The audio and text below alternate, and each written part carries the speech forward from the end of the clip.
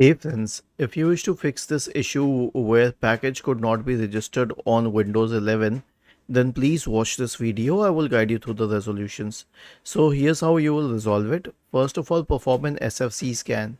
Search for command prompt in the Windows search bar and click on Run as Administrator. Type the command sfc /scan now and hit enter to invoke the SFC scan. The next solution is a WS reset. So press the Windows key and the R key together to open the run window. Type the command WS reset and hit enter.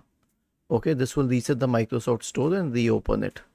The next solution is to check for updates.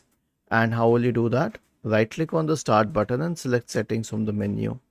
Go to the Windows Update tab on the list on the left hand side. In the right pane, click on check for updates. The last solution will be to reinstall the application which is in question. So let's say that the application was ShareX. Okay, so here's what you'll have to do. Search for store in the Windows search bar and go to Microsoft Store and then search for ShareX.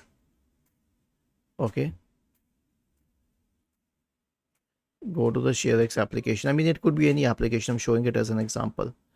Then click on install. Was this helpful? If yes, then please subscribe to the channel.